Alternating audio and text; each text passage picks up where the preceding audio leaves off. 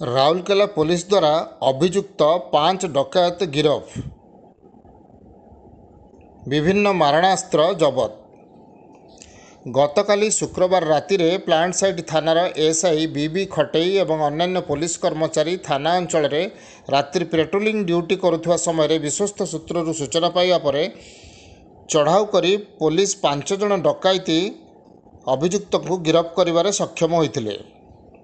ଅଭିଯୁକ୍ତମାନେ ସେକ୍ଟର 21 ନୟାବଜାରଠାରେ ଖଣ୍ଡା, ଭୁଜାଲି, ଲୁହାରଡ଼ ଭଳି ମାରାତ୍ମକ ଅସ୍ତ୍ରଶସ୍ତ୍ର ସହିତ ସଜ୍ଜିତ ହେବା ସହ ଏକତ୍ରିତ ହୋଇ ଆକ୍ରମଣ ପାଇଁ ପ୍ରସ୍ତୁତି କରୁଥିଲେ ବୋଲି ପୋଲିସ ପକ୍ଷରୁ ସୂଚନା ଦିଆଯାଇଛି।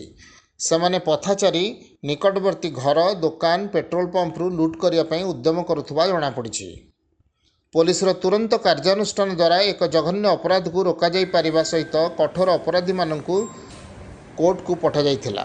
ଗିରଫ ଅଭିଯୁକ୍ତମାନେ ହେଲେ ଗାନ୍ଧୀ ରୋଡ଼ ନୂଆ ବସ୍ଷ୍ଟାଣ୍ଡ ଅଞ୍ଚଳର ସୋନୁ ସିଂ ଓରଫ ତୁଣ୍ଡି, ରାଉରକେଲା ରେଳବାଇ କଲୋନୀ ଝୁମ୍ପୁଡ଼ି ବସ୍ତିର ଦୀପକ ଷଣ୍ଢ ଓରଫ ସାନବାବୁ, ଗାନ୍ଧୀ ରୋଡ଼ ନୂଆ ବସ୍ଷ୍ଟାଣ୍ଡର ଭିକି ଅହମ୍ମଦ ଓରଫ ରକି, ରାଉରକେଲା ପ୍ଲାଣ୍ଟ ସାଇଟ୍ ଥାନା ଅଧୀନସ୍ଥ ରହମତନଗର ସାହୁଲ ଖାଁ ଓରଫ ସାହିଲ ଏବଂ ରାଉରକେଲା ରେଳବାଇ କଲୋନୀ ହରିୟାଣା ବସ୍ତି ସ୍ୱର୍ଗତ ଅରୁଣ ଦାସଙ୍କ ପୁଅ କୃଷ୍ଣ ଦାସ।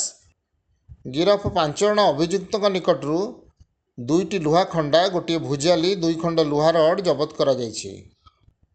ଅଭିଯୁକ୍ତ ସୋନୁ ସିଂ ଓରଫ ତୁଣ୍ଡ ନାମରେ ପୂର୍ବରୁ ପ୍ଲାଣ୍ଟ ସାଇଟ୍ ଥାନାରେ 5ଟି ମାମଲା, ଅଭିଯୁକ୍ତ ଦୀପକ ଷଣ୍ଢ ଓରଫ ସାନବାବୁ ନାମରେ ପୂର୍ବରୁ ଜିଆର୍ପି, ପ୍ଲାଣ୍ଟ ସାଇଟ୍ ଓ ଅନ୍ୟାନ୍ୟ ଥାନାରେ 23ଟି ମାମଲା ରହିଛି।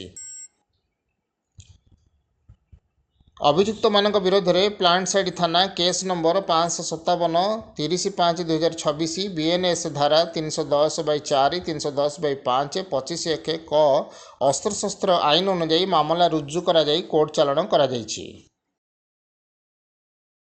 ରାଉରକେଲାରୁ ଲବକିଶୋର ନାୟକଙ୍କ ରିପୋର୍ଟ, ନାଗରାଜ ନ୍ୟୁଜ୍।